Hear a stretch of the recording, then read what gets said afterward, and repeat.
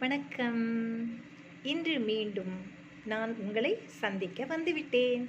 பார்க்கலாமா? அடுத்தது எந்த தலைப்பில் வருது அப்படின்னு பார்த்தோம்னாக்கா, கூடா ஒழுக்கம். இந்த அதிகாரத்தின் கீழ் உங்களுக்கு மீண்டும் 2 குறட்பாக்கள் சொல்லியிருக்காங்க. பார்க்கலாமா? வலியின் நிலைமையான் வல்லுருவம் பெற்றம் புலியின் தோல் போர்த்து மேய்தற்று. வலியின் நிலைமையான் வல்லுருவம் பெற்றம் புலியின் தோல் போர்த்து மேய்தற்று. இதனுடைய பொருள் என்ன அப்படின்னு சொன்னாக்கா, மனதை அடக்கும் திறன் இல்லாதவர்கள் மேற்கொள்ளும் தவக்கோலம். போலிச்சாமியார் பார்க்குறோம்ல. இப்போது அந்த மாதிரி மனதை அடக்காதவர்கள் பொய்யான போலியான உருவத்தை காட்டினால் அது எப்படி இருக்கும் அப்படின்னாக்கா, ஒரு பசு புலி தோலை போர்த்துக்கிட்டு போன மாதிரி இருக்கும். புலி தோலை போர்த்துனாக்கா அது புலி மாதிரி இருக்குமானா இல்லை. அதனுடைய இயல்பு என்ன? புல்லை தின்பது. அப்போது இயல்பாக இல்லாமல் போலியான தோற்றத்தில் கொடுக்கக்கூடியவரின் அவருடைய செயலோ அல்லது அவரை பற்றிய அபிப்பிராயமோ எப்படி இருக்கும்?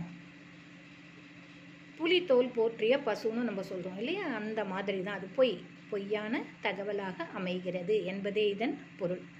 மனதை அடக்கும் திறன் இல்லாதவர்கள் மேற்கொள்ளக்கூடிய தவக்கோலம், பொய்யான சந்நியாச கோலம் எப்படி இருக்கும்னா, புலித்தோல் போற்றிய பசு அது மாதிரி இருக்கும்னு சொல்கிறாங்க.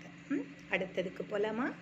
அடுத்த குறள் என்ன அப்படின்னா, காணக்கோடிது யாழ்கோடு செய்வீது ஆங்கன்ன வினைப்படு பாலல் கோழல்.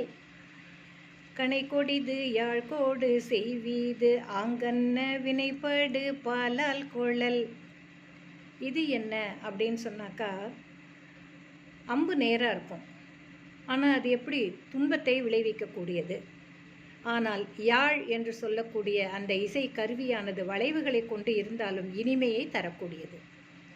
நேராக இருந்தாலும் அம்பு கொடியது, வளைவுகளுடன் இருந்தாலும் யாழானது இனிமையது. அதுபோல மக்களின் பண்பு, ஒருத்தருடைய இயல்பு என்னன்னு பார்த்தோன்னா, அவருடைய தோற்றத்தில் கிடையாது, அவருடைய செயலால் அறியப்படும். நல்ல செயல்களை செய்தால் அது இனிமையானது, யாழ் போன்றது அப்படிங்கிறதே இதனுடைய பொருளாகும். அம்பு போல இல்லாமல் யாழ் போல இருந்தால் அதுவே இனிமையை தரக்கூடியது.